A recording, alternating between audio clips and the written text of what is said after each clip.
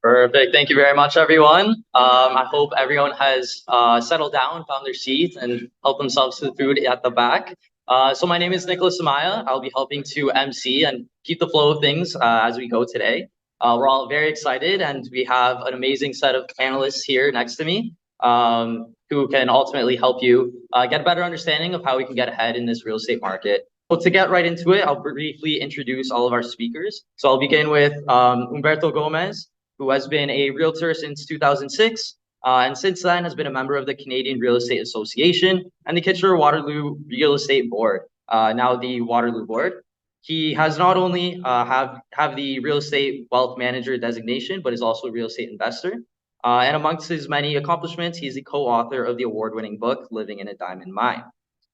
Up next, we have Victor Hussein, who has been residing and practicing law in Kitchener-Waterloo since his call for the bar in February of 1995. He is a featured writer of the legal column in the Saturday Home section of the Waterloo Region Record, and he's also the host of the Legal Minute and Talking Real Estate with Victor Hussein on News 570.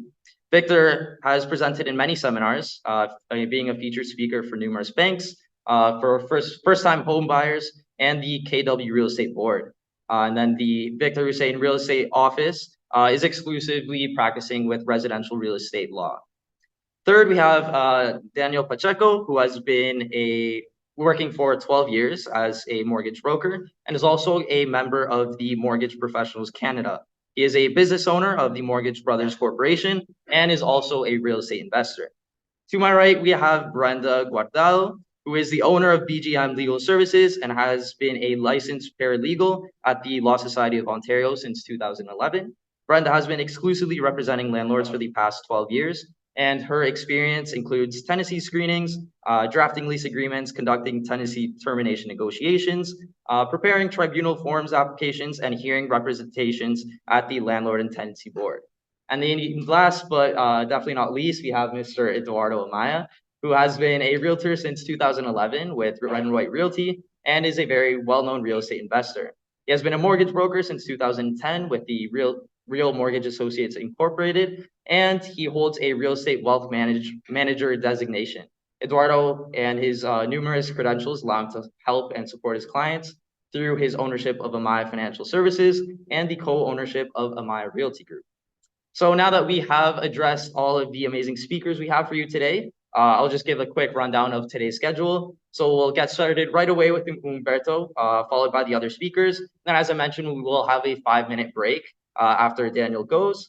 After our speakers have gone, we'll have the open Q&A session. So we ask that all your questions be saved for this session after all the speakers have gone.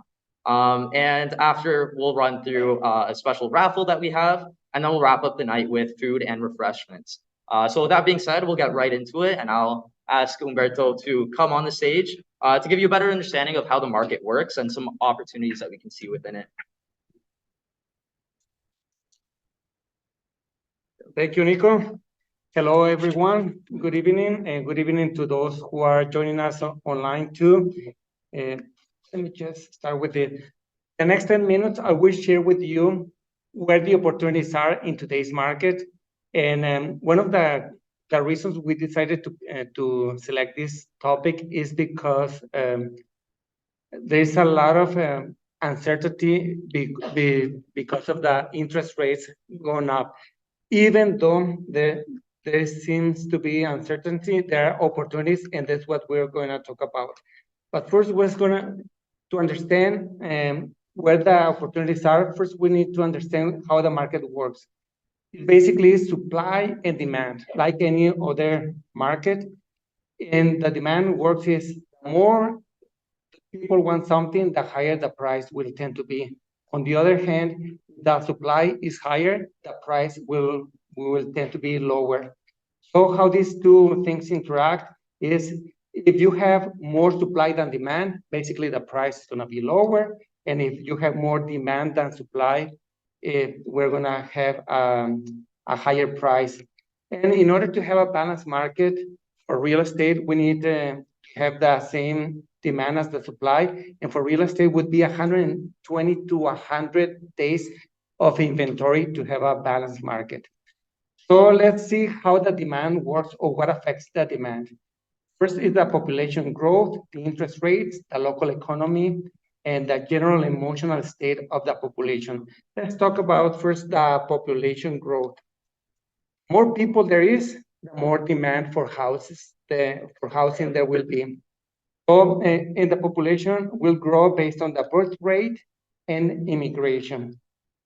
According to the region of Waterloo government, the projected population by 2031 is going to be 729,000 people in the region. And by 2041, we are going to be 835,000 people. So the population is going to grow significantly in the coming years. So interest rates. Two things about the interest rates. First, it is a tool for the government to control inflation, and also it limits the purchase capacity of buyers.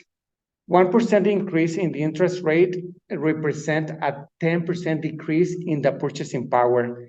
And the opposite also happens when the interest rate comes down, the purchasing power will go up by 10%. And something very important to keep in mind is that they go up and down with inflation. So let's see what is happening with inflation. If you see in 2022, we ended up with 6.8% inflation. As of right now, the average is 4.1%. And if you see the first line, you can see that trend in inflation is going down. And this is the projection from the Bank of Canada. We're going to be at 3.5 by 2024, and we're going to reach our goal by 2020. By 2025, we're going to reach the goal of 2% in interest. And as I said, when inflation comes down, the interest rates will follow. So local economy. Here we have a pretty strong local economy. Even though we don't have the best unemployment rate, we're still strong. General emotional state of the population. This is kind of hard to explain, but it's how optimistic is the people about the future, and based on that, they are gonna make their purchasing decisions. If you don't believe me, this is true. Do you remember this? During COVID, people were hoarding toilet paper. I still don't get it, but that happened. So it's part of the emotional state of the population. So now let's talk about the supply. The supply will come from the resale of homes or from new construction. That's it. As of October the 2nd, we had 77 days of inventory. You remember what I told you? 120 to 180 days of inventory to have a balanced market. And the new construction is 4,600 homes last year. They started. So we know that the supply is growing and the demand is growing. So what's going to happen? According to the Smart Prosperity Institute from the University of Ottawa, they conducted a study to find out what is it that we need to do to put an end to the housing market. And do you know what they found out? They found out that we need to build more houses. And in Ontario, we need 1.5 million homes, new homes. And in the region of Waterloo, we need close to 71,000 homes to bring the market just to a balanced market. That means that we need almost 8,000 homes per year. And as of right now, we are on 54%. I mean, if we keep on track as of how we are doing, we're going to be ending with 54% of that goal. That's it. So most likely, what's going to happen? We're going to continue in a seller's market because of the shortage of inventory, unless something dramatic happens with the new construction. And interest rates are likely to come down because inflation is coming down. And when interest rates come down, home prices will go back up again. So this is what has happened in the region of Waterloo in the terms of the median price. If you see here, you can see it has gone up all the way until here. If you bought before 2021, I mean, you already have a lot of equity in your home. If you bought at the peak of the market, don't worry because the prices are gonna go back up again. And if you notice here, say, what happened in here? There was an inflection point. It was because of COVID hit, and then the interest rates dropped, and then look at how much the home price increased in a short period of time. And now the prices are going back up again. I mean, you don't see it here, but the last report, we had a little increase in the average price. So where are the opportunities? First, for first-time home buyers, if someone wants to buy their first home, it is better to buy now than to buy later because it's gonna be more expensive in the future. Second, for homeowners moving up, if they sell now, they are gonna sell at a lower price, but they are gonna buy at a lower price too. For investors, this is where there is a lot of opportunity because rents have gone up a lot. In 2020, we had a townhouse was renting for $2,000, and in 2023 for $3,000. It's a 50% increase in only 3 years.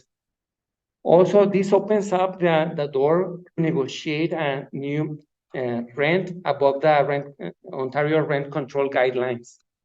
And finally, because you can find properties where the tenants are bad or underpaying tenants, so you can buy a property at a discount. Now you can have rental income from your own home. You can rent part of the house with the basement, extra bedroom. It can be short-term rental or a long-term rental.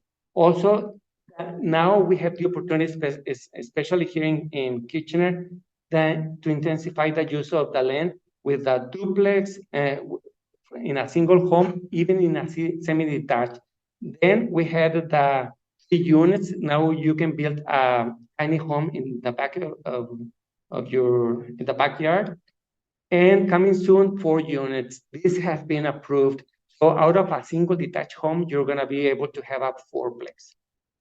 So if you want to know what's happening in the future, want to find out where the opportunities are, make sure that you track the market. We have a monthly report that you can get for free. There's no cost to it. You just, if you want to receive it, just let us know and we'll include you on the list.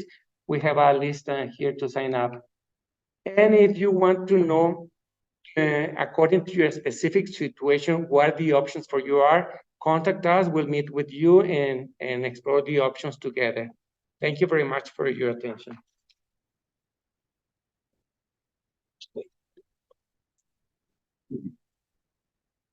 Perfect. Thank you very much, Humberto. I think you provided us with a great deal of fundamental knowledge that we can carry on throughout the rest of the evening. So I'll now call up Victor Hussein to teach us a little bit more about how you can best protect your investment. Good evening, everybody. So I will be speaking about title insurance and title fraud. I know what you're thinking, insurance, boring. You're right, it is boring, but it is important as well. And I hope by the time I'm done, you'll see why it's important. So let's get on with it. This is the agenda. It's a tall agenda, but it's really, I'm going to zip right through it. So don't worry, I'll be fast. So I'll talk about what is title insurance, types of them, what does it cover. I'm going to discuss what it doesn't cover. I'm going to discuss something called the increased policy amount endorsement. That's kind of important. So I'll slow down there a bit. I'll talk about what the cost of title insurance is in case you've never bought a house and you don't have title insurance. You'll be surprised as to how nice that cost is. I'll talk about what title fraud is, what identity theft is. We'll discuss a couple of real cases of fraud, and we'll do some takeaways. So let's get into it. First, I'll discuss is what is title insurance. Okay, simplified, title insurance protects against losses for issues around title or ownership. That's all it does, okay? Am I pressing the button? Yeah. Stop it. There it is. Okay, we're back. Now, I've broken it down into 3 segments. So basically, It covers title issues. So these are issues that when we go to sell a house, we can't sell because there's some kind of defect on the title that wasn't discovered when you bought the house. Okay. It also covers off-title issues. Now, these are issues such as you bought the house and you all of a sudden discovered there's an outstanding work permit, or the zoning didn't allow for the duplex that you thought you bought. Covers for those kind of things. And then it also covers what's called transactional issues. Those are more serious issues, like there is no authority to sell the house, or that there has been a fraud on your property and it's been sold from underneath you. And I'll get to that in the next few slides. Types of insurance that there are commercial insurance as well. For God, I'm doing it again. Stop it. What did I hit there? Oh, I went too far now. That's Humberto's.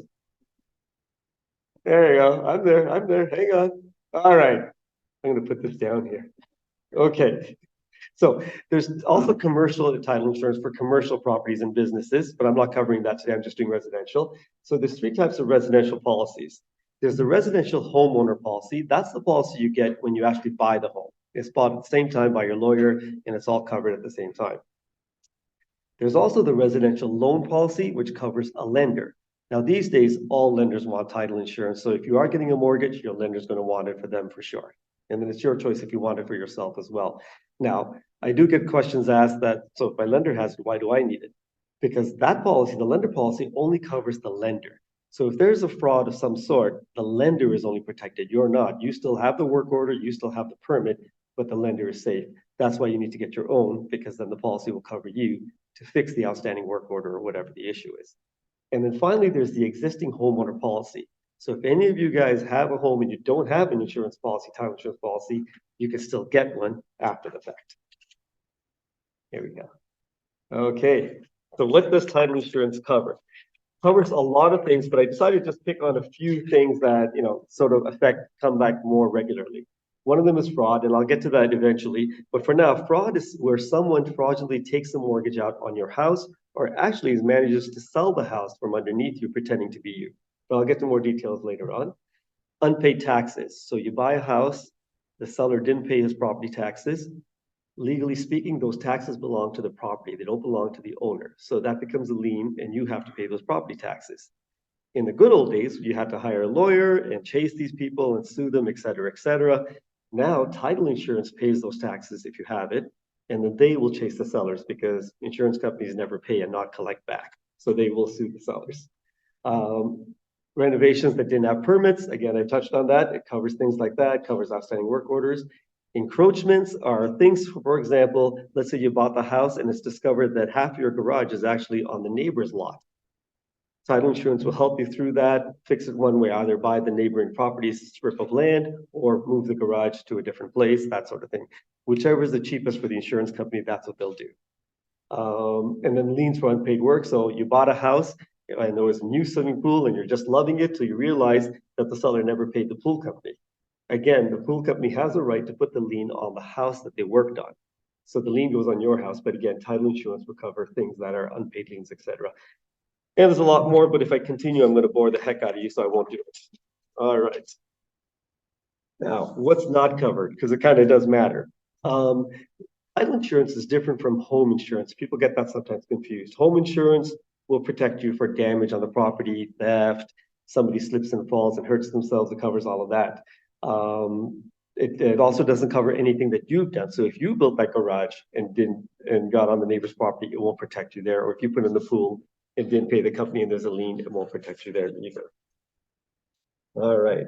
Now, what is the increased policy amount endorsement? That's an extra that you can buy on a title insurance policy. And what it does is it covers the increased value in your house from the time you bought it. So if you buy a house today for $500 and 10 years from now it's worth $2 million, if you don't get this endorsement, the policy won't cover you for the $2 million loss that you suffered back up that it covers for what you bought for here. So it's a really good endorsement. Now, how much does all this cost? This is a today price of title insurance for a resale home you buy in Ontario. Purchase price $500,000.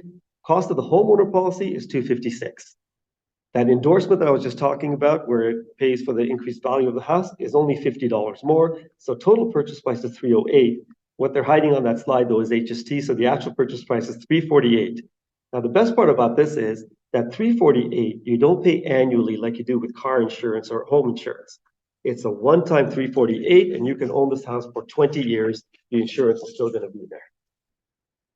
Now, I'm going to race through a bit because I'm running out of time. Fraud cases. This is why fraud is important. Title insurance. Title insurance covers for these sort of things. 2022, $530 million worth of claims were made for fraud on properties. That is an increase from 40 in 2021. And I've already know that 2023 is even higher already. The title insurance company I worked with in 2021, 2022 faced 100 fraud claims. So it's serious. So title fraud is when someone steals your identity and allows them to sell the property or apply for a mortgage and put it on your property. They take the mortgage money and they take off. Here's a real case example. This fine gentleman did 2 fraudulent mortgages on 2 separate properties. You see on the first left-hand side, he's got his face. However, the credentials are the owner's credentials of the property he put a mortgage on. He did it again the second time with the other picture and the other credentials. They did catch this guy, so that's all a happy ending. Basically, what he does is he pretends to be the owner, has the credentials, goes to a bank, gets a line of credit, but not a maximum line of credit, half the value. Less checks, less balances, less eyebrows being raised. Goes to a lawyer, gets the mortgage registered on title or the line of credit registered on title. As soon as it's registered, pulls out the money and takes off. And then the owner has his house stolen right there. The other example, and I'm racing through it because I'm running out of time, is again, a true story. A foreign non-resident bought a property all cash, and it was all cash because he couldn't get a mortgage. He takes off. The place is rented with a property management company. That very same year, in the fall, the property was sold for $2.2 million to an innocent buyer who had a huge mortgage on the property. The only way the non-resident found out is his realtor friend called him and said, "Why did you sell it without me?" And he said, "I didn't sell it," and blah, blah. It's now in court because both parties had title insurance, and title insurance are fighting, saying, "No, you're responsible, you're responsible." But the seller may have lost a house, but he is covered by title insurance, so he will be protected. And the buyer is living in a house that he may not even own. And finally, with all the negativity, I've got some happy news. Everybody gets home insurance, and that's a good thing because, yeah, if your place burns down, you want something to replace it. Title insurance is absolutely important, especially with all the fraud that's going on. And given the cost is a one-time premium, it's an incredible necessary. I refuse to act for any client that says they don't want title insurance for themselves. The banks insist on it, so that's okay, but I don't think I'm doing a fair job if I let a client get away with not buying title insurance. And that, my friends, is it. Thank you so much.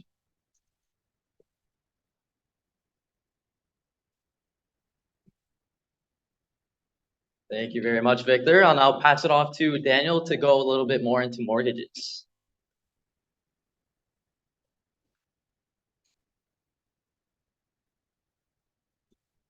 Hi, everyone. On behalf of my brother David, the entire Mortgage Brothers team and I, thank you very much for attending the conference and talk about mortgages in a volatile market.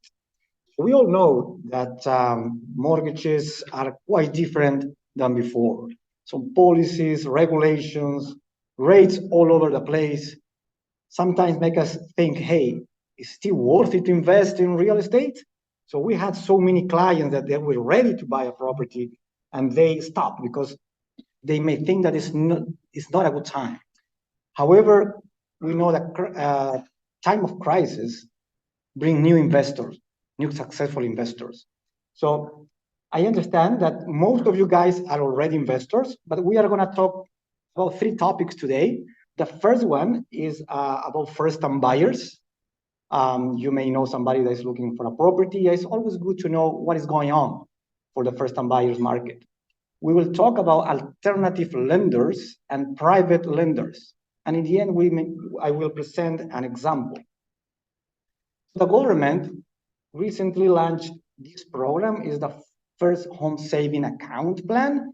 So it's pretty similar than the RSP plan. The main difference here is like the amount of money you save in this account and you use it for down payment doesn't require a repayment. So And you can save $8,000 per year for a total of $40,000. Again, it doesn't require repayment. That's the advantage of this program, and you can save money in taxes when you file your income tax. So the RSP is being in place for several years. We all know that. You can withdraw up to $35,000 individually. I mean, if you are buying a couple, you can withdraw up to $70,000 if you both are first-time buyers, or you have not owned a property in the last 4 years. Now, the difference between this program and the previous one is pretty much that this program requires a repayment. So you will have up to 15 years to make that the repayment. Back to the RSP account. Now, the Waterloo Region program. So we can proudly say that we have helped so many clients buying their first home using this program. And many of them are investors now. So some of you guys have like 5, 10 properties and you started with this program.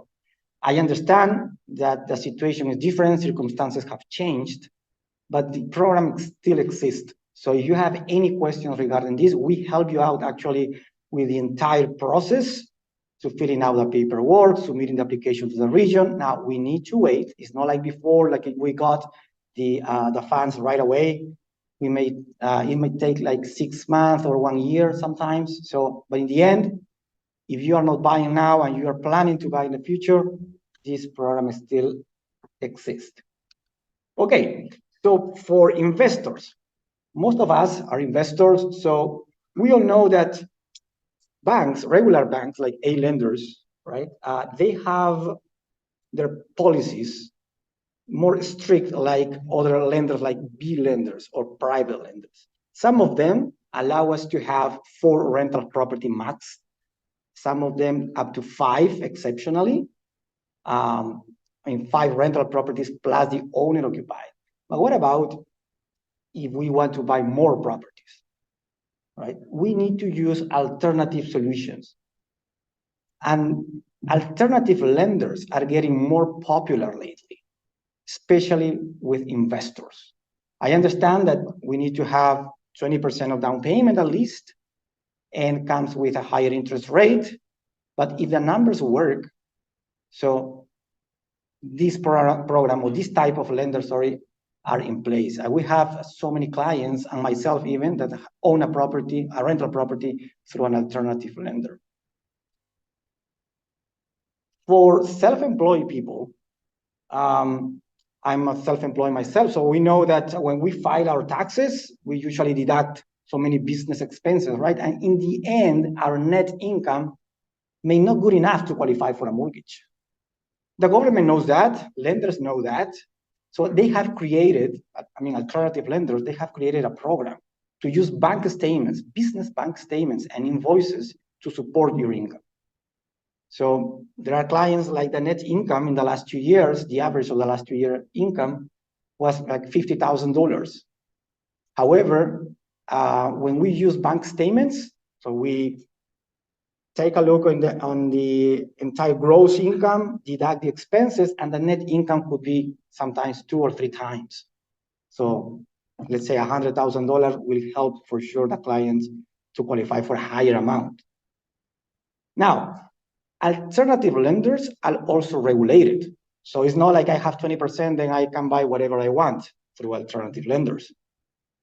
So in those cases, when alternative lenders can't help us, private lenders are there to help us. So this year, we have closed several transactions through private financial institutions. And if the numbers make sense, so we will help you out in a spreadsheet to determine the cost. And if it's still worth it, we can go through a private financial institution for a temporary loan. Now, I understand that we don't want to stay with a private lender for, let's say, more than a year, right? Because the plan is maybe to convert or turn the property into a duplex or triplex, and then refinance the property and pay off the private lender. This example, we are currently working in the office. So most of you know that when you bought a property, you refinance one of your property to take out the down payment, right? However, we all know that we can have up to 80% of the property value in mortgage or mortgages. What about if we don't have equity to take out? Like this example, and this is a real example that we are working in the office right now. Property value, $700,000. However, the current mortgage balance is about $600,000. Doing a simple math, does the client have enough equity to take out? 80% of 700,000 is 560,000, right? So there's no equity to take out. Now, the advantage of working with the right team, so let's say working with Eduardo, Humberto, our contractors, may help us to qualify for this type of mortgage. Why? Because we will take a look in the after renovation value. It's also called sweat equity. So we will ask our realtors or our appraisers, hey, how much is going to cost this property when the renovations or the conversion into a duplex is finished? So this example make us $875,000 for a legal duplex, nice duplex, obviously. And this is real. So our lenders, like they work with us, they will take a look in the final value, not the current value. So the final value. So $875,000 times 80%, it means that the client could have up to $700,000 in mortgage. So since the current mortgage value is $600,000, it means that the client can take out up to $100,000, finish the renovations. When the renovations are done, we refinance the property and pay off the private lender. I understand it comes with cost, right? In this example, if the client stays for a year, so the cost is going to be around $14,000. But look, the home appreciation. So the house has been appreciated in over $175,000. Less the cost, there is still equity that you are building up right away. So if you have any questions, my brother Dave and I will be ready to answer. Thank you very much for your attention.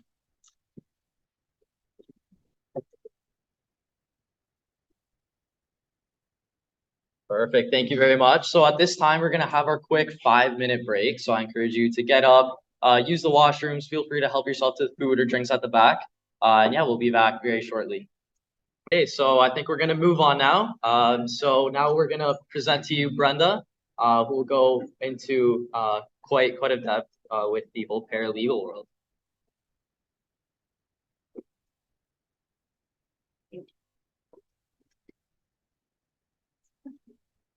Okay, good evening, everybody. Thank you for coming and taking the time to be here. And I also want to express my gratitude to Humberto and Eduardo for inviting me.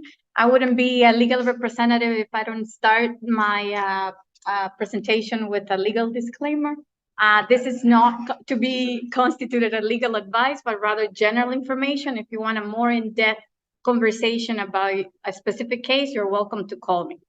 Well, first of all, I congratulate you for taking the time to be here. I noticed that nowadays most people take more time to read reviews about what kind of cars they're going to take, to what does it take to be a landlord and put a tenant in your $1 million house. So do me a favor, before you become a landlord, or if you're a landlord now, take the time to talk to somebody that knows, so that you can actually be more versed about what you're about to get into. I know that there's a lot of tenants that are very knowledgeable, so it's only fair that landlords should be the same or even more knowledgeable. So how to maximize your rental investment. I want you to identify the property that you're going to own to match your needs. Are you going to be the landlord that's going to be renting rooms and you're going to be sharing the rooms with them? Are you going to be a landlord that is going to perhaps rent your basement? Or are you going to rent an apartment or a house? Are you going to divide it into 2 or 3 different units? I did a bit of research in the Kitchener area, and rooms nowadays are renting from $700 to $1,200. That depends whether you offer parking, an en-suite bathroom. You got to think about the pros and cons. Privacy, if you're renting the space with them. It's a little bit more higher needs because you become the parents of 4 little children, and right, and they all want to share the kitchen and whose turn, right? The downside is that you tend to have less stable tenants because, you know, it's a revolving door, they come and go. Now, basements, they're ranging from 1350 to 2150. Location makes a big difference, whether it's modern, spacious, private. The pros is that it has some privacy, especially if they have separate entrances. When you're renting a basement, please think about the importance of a well-written lease. I go to the landlord and tenant board all the time because people didn't specify who's going to be using the backyard or the distribution of the garbage, the parking spaces. So basements are very important to set out more specific details. Now, apartments, they're ranging from 2250 to 2700. Location, space makes a difference. The pros is that it's a bit less hands-on because you have the property, the management of the building looking after the place, right? The cons is actually that the management is going to be on you. So if your tenant is doing things that they're not in compliance with the rules, they're not shy to put even a lien on your property. So, you know, you got to think about whether you're comfortable with that. Now, if you're going to have a house divided in this area, it's going for about $2,150 to $3,200 dollars. Now, I want you to also think the history of the rental property. It's good that you have realtors that know what an investment property is, like Eduardo and Humberto. You should inquire about the basement, for example. Is the basement registered? By the way, they're not called legal and illegal basements anymore. The government wants people to register the basements so that there's more housing now. Or you can find out whether the basement is not retroactive and what does it take in your city to make it register. Now, I also want you to think about the location and the condition to address to match your expected ideal tenants. Please don't be afraid to invest extra money in your rental property. Tenants also want to live well. They like stainless steel appliances. They're willing to pay extra for the granite countertops. So I often find landlords that tell me, look, this is what I have for my tenant. And they want the property to be given back in a better shape that they're actually given it. So make sure that you're fair. Now, I also notice one thing that's happening nowadays with my landlords. So imagine you live in Kitchener and you bought a rental property in Innisfil, and all of a sudden there's a flood. How are you going to get to that property when there is an emergency? So think about those factors. Do you have somebody that can quickly get there? So make sure that the location is not only about the pricing, but also about your accessibility to that property. Now, I also want you to think whether you want to be subject to the rent control. Rent control applies to all the properties that were built before November 15, 2018. So older homes, you're stuck with the rent control. To give you an idea, next year, it's going to be 2.5% what you can increase in rent. That's nothing. Now, if you have a property, even a basement that was meant to be first occupied after November 15, 2018, you can increase to whatever amount you actually like. Now, the applicable laws. We have Human Rights Code, Residential Tenancies Act, better known as the RTA, Rental Fairness Act 2017. I want you to be very mindful of the Human Rights Code when you're advertising and screening tenants. I often find landlords being very outspoken when they place ads, marketplace. I prefer specific background. I prefer no kids. You gotta be careful, okay? Remember that we live in a place where inclusion is actually welcome, and everybody deserves a fair opportunity, even newcomers.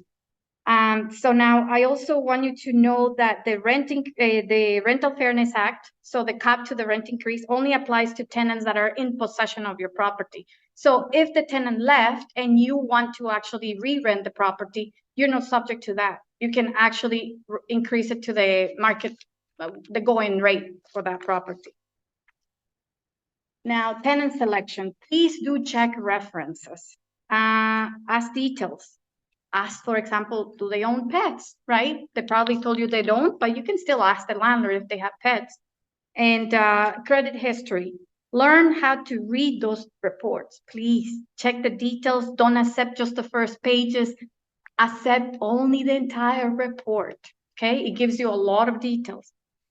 See if it matches the information that you were provided by the applicants.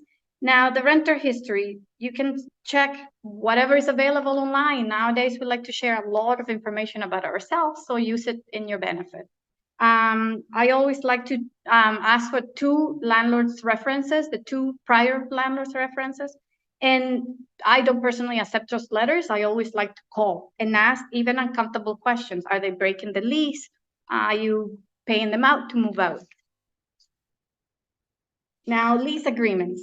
So there's a difference between the tenancy agreement under the RTA and occupancy rights.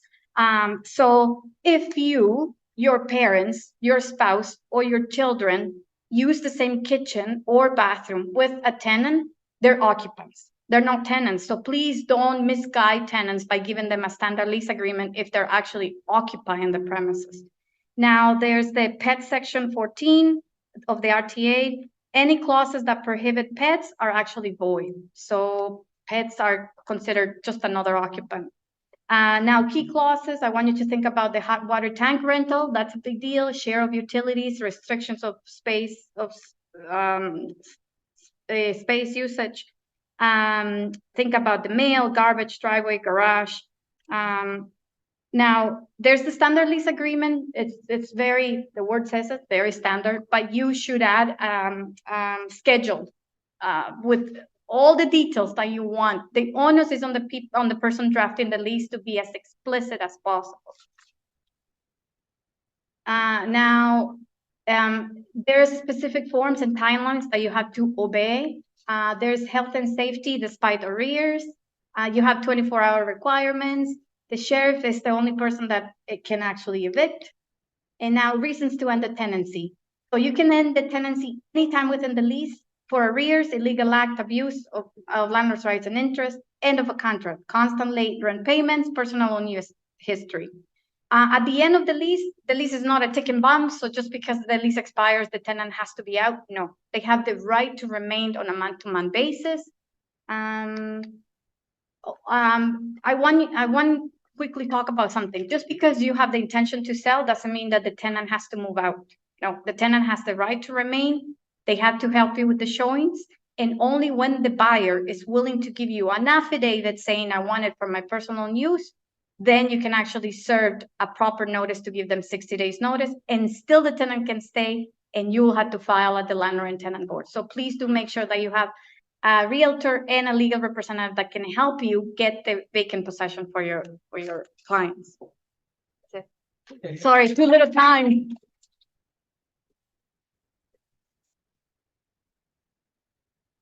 Thank you very much, Brenda. So for our last speaker, I'll bring up Eduardo Amaya. Will give us a better insight on how we can really get ahead in this market. By the way, he's my son. He never said, yeah, he's my dad. Anyway, oh my gosh. Okay, guys. So let me start with once upon a time. Okay, this is not a fairy tale. It's a real case. It's a case that we can use wherever of the guys that are here had the same situation. Altogether, you know how many houses we have or how many doors? We have like 250 doors. Rental property that we have. So this case is exactly the same like many of you guys. But exactly this one started 9 years ago.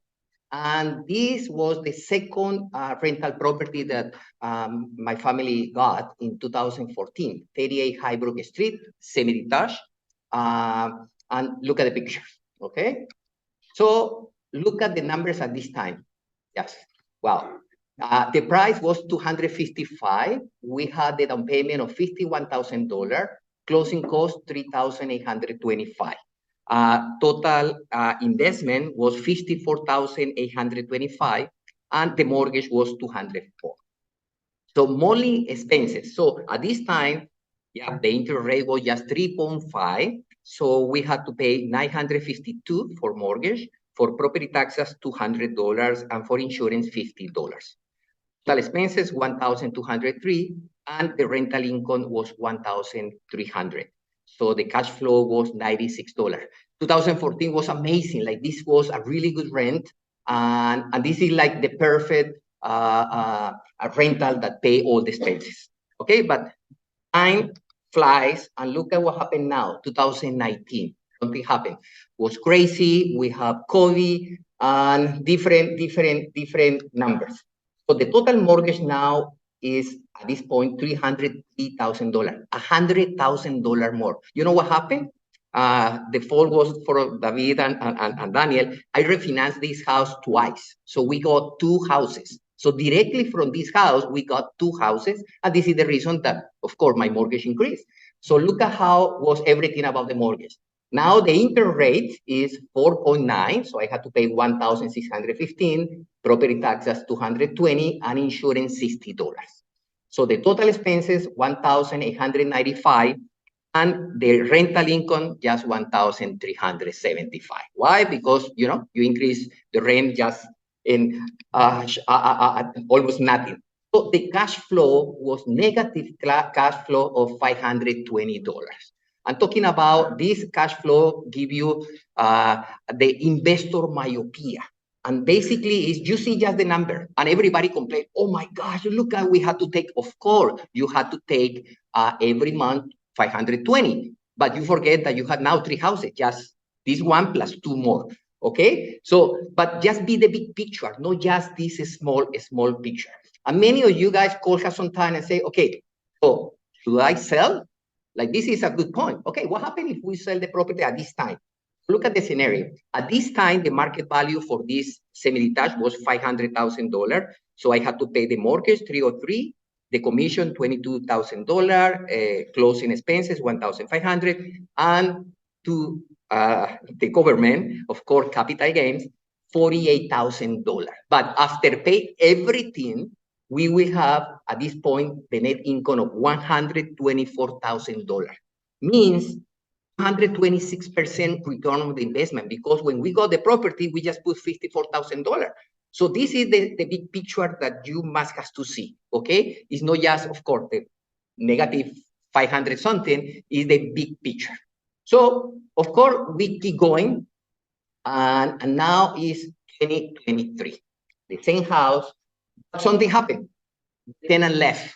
So Humberto and myself, we were coaching this tenant for 3 years, and we helped them to buy a property. So he left, and I had 3 options at this time. We had 3 options at this time. 1, sell the property. 2, renovate and rent the property. Or the number 3, convert into a legal duplex. What do you think we did? Okay, so look at what happened. So this is new. The new property, totally update. We have this unit in the basement, was rented in 1,700, and total renovate. Look at this is the window that now we use, basically transforming a really nice place. And this is the second storage. And look at how the house look. This is 4,500 for rent. So now numbers change a lot, but of course, zero construction, that was the person in charge of this one, we had to pay for that, okay? And the renovation was $150,000. So this is the big problem that we say, okay, where we are going to get the money? Daniel explained about private lender. You can get money to do the renovation. But if you are going maybe to do changes your own kitchen, it's totally different. But if you buy something, you invest something to generate more money, it's totally different for the investment point of view. So look at the numbers. Of course, mortgage, 6.9% now. So 1,982, property taxes, 240, insurance, $80. And for the line of credit, I had to pay interest, of course, 7%. So $962. The utilities is $250. Remember, in legal duplex, you pay the water and gas. In this property, we have different 2 different electrical meters that they pay that. Okay, but the total expense is $3,514, and the rental income 4,200. It's a big change, huh? Now the cash flow is $685. So change a lot. But now, anyways, what happened if we keep it or sell it? So we are going to show you the numbers if we sell the property. So market value, and really low market value, we're talking about $800,000. Mortgage, we have to pay the 282 that we have at this time, line of credit 150, commission 36,000, closing expenses 1,500, capital gains, more money for to the government. We are in the bracket of 45%, so we have to pay $79,000. I know that some of you guys know how is these payments because you have experience to make a lot of money in your investment. After taxes, you get in your pocket, after taxes, $250,000. So we're talking about 457 return on the investment. Remember, you start with $54,000. In the beginning today, I spoke with somebody that is here, and she has 2 properties, and she got the properties starting from the region of Waterloo. The investment was 0, and now she has 2. So look at this one, gives us 3 properties, okay? So this is the real numbers. So now, I'm going to give you a little, I explain you a little bit about another example. And this one is in 3 Wagon Street. It's a garden unit, it's in our house. And sometimes what happened, look at the property, it's a half of the basement. This is not the full basement. Again, 0 construction was there. And this is a high-end unit that you can use like Airbnb, short-term rent, long-term rent, but give you easy for $1,500 to $2,000 rent per month. So always our option, it depends what do you want to do with your assets, and your assets give you always options. So take away points. So I'm going to explain you something like, you have to be an open mind. So always our option, but sometimes maybe you don't want to explore the option, we can help you. We have a team that we are, go to the second one, is listen to the expert. We had the experience, the knowledge that we can help you. Naul Lemos, 0 for 0 construction. Clima Hernandez is not here, but we had a Rudy Lemos that is the person in charge of all the AC and the furnace. Also Victor from Cava, all the granite countertop. Brenda talked about that. This is something that increase the value of your property. So do that. You can do this kind of stuff, but if you need an extra advice, you can contact us anytime. Understand the cost and benefit of your option. And something happened is, okay, now I had one house, and now I invest this money, but it's a consequence. You are going to get more money, so you are going to pay taxes. Always is 2 sides, but it's a sweet headache, more money. Okay, I don't complain about this kind of stuff.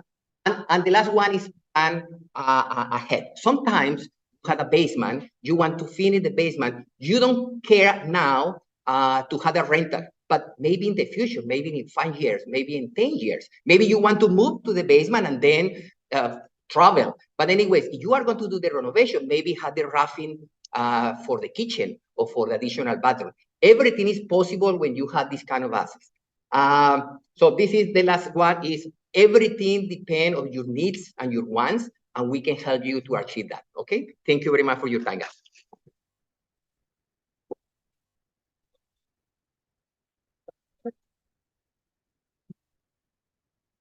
Okay, and that's going to wrap up all of our speakers today. So at this time, as I mentioned, we're going to have our open Q&A session.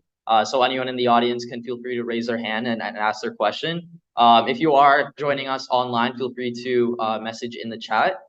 Just please indicate who you want the question to be directed towards, and then they'll come up and answer your question. But yeah, at this time, if you have any questions, feel free to put up your hand.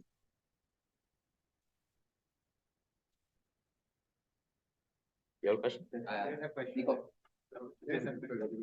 Oh, yeah, go ahead. Yeah, pesos coming in lower now, or are we finally? Wow. Unfortunately, oh, sorry. Unfortunately, yes, but not all the times. This year, a couple of times, the appraisal report came slightly lower, right? Fortunately, the client needed to go to 80% LTV, so that it worked anyways. We act in advance. So as soon as we received an application, we have our realtors, we ask for comparables in advance. And we know, well, I don't know if that's good. There's a lawyer here, but anyways, I will tell you.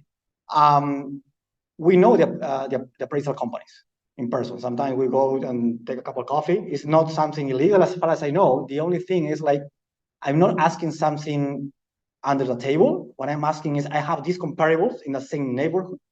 So I believe the price that I'm asking is something reasonable. I will make it work that way.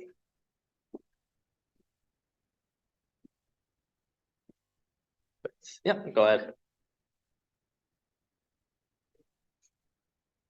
As you pay when you sell a house. So if I understand correctly, that's on what you gain, and you pay a tax on that, and what bracket you pay it. Yeah. Can you please repeat the question for the? Yeah, so basically, Guillermo asked about that when you, basically it's capital gains, how capital gains work, how much money you are going to pay in taxes. So many people think that you pay is the difference between the price that you sell the property minus the expenses, and expenses is the balance of the mortgage. It's not the balance of the mortgage. It's how much was the initial price when you got the property, okay? And depending on your bracket, you pay taxes. And always I explain to many of you guys is just play with the person that has the lower income in the family. So you have the house and it's a couple that you buy the house, you can have more portion of the property in one name and choose the person with the lower bracket, because when you sell, you are going to pay less money. And always our option, for example, play with RSP. So one in this hotel here has an amazing profit, and they reduce a lot the taxes because they play with RSP. So always our option. And again, this is a big headache. Yeah, you get $100,000 to $200,000. You have to pay taxes exactly in your jobs. You have to pay taxes, but you can play with different things. Yeah, but always you have to pay. No way to avoid that. Yeah. Perfect. Do we have, yeah, at the back over there? I would like to ask you regarding that because we're talking about the title insurance. So I would like to know when you get NGN claim against the title regarding rental equipment like cameras, security system and stuff like that, you know, like water heater rentals and stuff like that. How can you protect yourself if your tenants or you get into an issue like that can affect you at the time you want to sell your house and you get a lien against your price? So Tanya, Please repeat the question so that. okay, so basically the question was, if you get a lien on your title because let's say there's a rental equipment or a tenant didn't pay your rental equipment, etc., what does title insurance do in that case? Is that correct? Okay, yeah. Title insurance will cover any liens that had nothing to do with you. So your tenant not paying the rental equipment and the lien going on, they will not cover, because it's almost like you damaged the car by giving the car to the wrong person. And so the car insurance won't cover it. They'll cover anything that a third party that isn't involved with you got onto your property. So in that case, the title insurance would not cover it. Sorry. Is there any option to protect ourselves or not?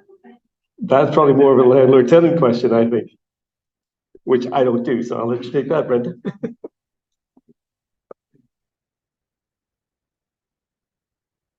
I think the importance of writing down specific terms when you do a lease agreement, so add it in a schedule. For example, I include one where it specifically states that, you know, who's to pay for the water tank rental.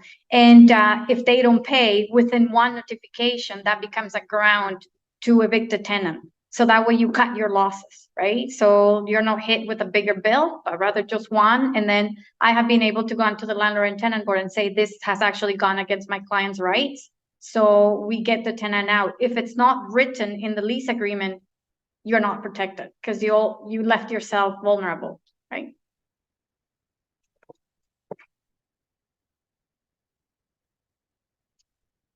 Perfect. Do you have any other questions?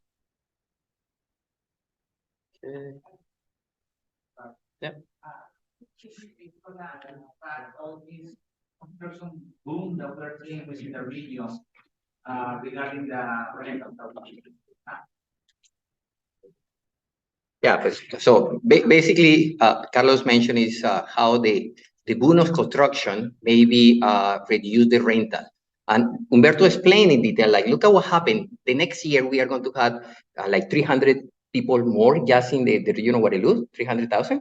In the Like- next, 2031 is gonna be about 200,000. 200,000. So we are going to keep going, getting new people. I think the big advantage, or maybe you had to be unique with your properties. I show you, for example, the window well that always is like the ugly in your house. You can transform in a nice like gardening. You know what I mean? So your property are going to keep the attention of the tenants.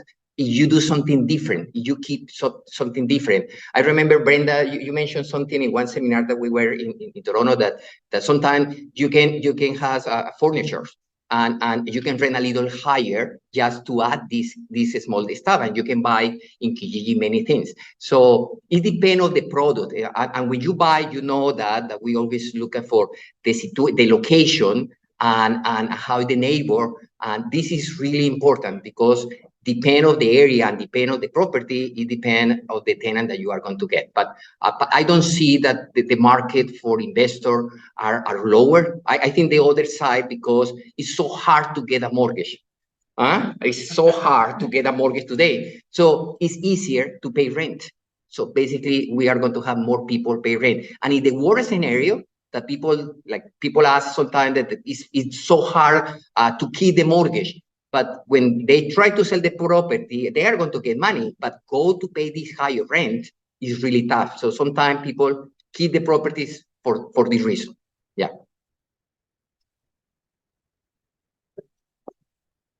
Perfect. Do we have any more questions? If not, prior to this, we did have an email sent out where we asked for some questions. So I do have one here. And so this was directed towards Humberto. So do you recommend buying a cheaper house in a smaller town outside Waterloo region? And if so, what are some considerations when looking to make that purchase? Well, there is no straight answer to that. It depends on the specific circumstances of the person who is asking. For example, even if it is a good deal, if the house doesn't meet the housing needs for this person, it's not going to be a good investment. Also, if they are thinking about renting the property, they have to know the market where the property is going to be, because they will need tenants if the purpose is to rent it out. So my recommendation would be to sit down and explore exactly what area they're referring to, and then decide whether it's convenient or not. Yeah, that's something. Yeah. Go ahead. Go ahead. Just wanted to add something with the Humberto comments. For rental properties, not all the lenders are going to lend money for let's say for the entire Ontario's province. So if you go to buy a property in the middle of the woods, lenders, because it's going to be a rental, it's okay if it's going to be your cottage, okay? But if it's going to be a rental, most lenders will hesitate to give you the money. So there will be a couple lenders, but with a higher cost. Just consider that as well. Thank you. Perfect. Thank you very much. So we don't have any more questions. We're going to move right into our next piece of tonight. And so, yeah, with the Q&A being over, I'm going to introduce my dad to bring up the raffle. Oh, aquí está. Okay, guys. So let me explain you how the raffle works. Okay. For everybody that has a deal, like one property for sale, one property to buy, you have one ticket. Okay. I'm so sorry the people that don't have deal with us now, but we invite you to work with us. But this is how it works. Today we are going to start with one of the sponsors, was Home Depot. Also, Home Depot is one of the companies. I think like 80% of the supplies for this legal duplex, we are working with them. So let me start with the first gift from Home Depot. Yeah. So just I want to say, guys, thank you very much for being with us. You know that we always are available for you. You have any question, if you want to share this information with friends and family, please do it. And you know, you have a lot of wealth that you are built through the years. It's not 20 years, no 40 years. It's just 10 years, 5 years, and it's possible. So we can help other people to do that.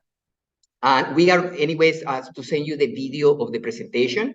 Again, thank you very much. By the way, I want to say thank you to the team that was working behind the scene. Thank you very much, guys. Ay, son Nicolás. Eso es Sofía. Okay? Go ahead. Perfect. So that's going to wrap up today's seminar. So we hope that you all got a better understanding of how you can really get ahead in this real estate market, whether you are a buyer, a seller, or an investor. So once again, if you have any questions, we really encourage you to contact our team and we'll be happy to help.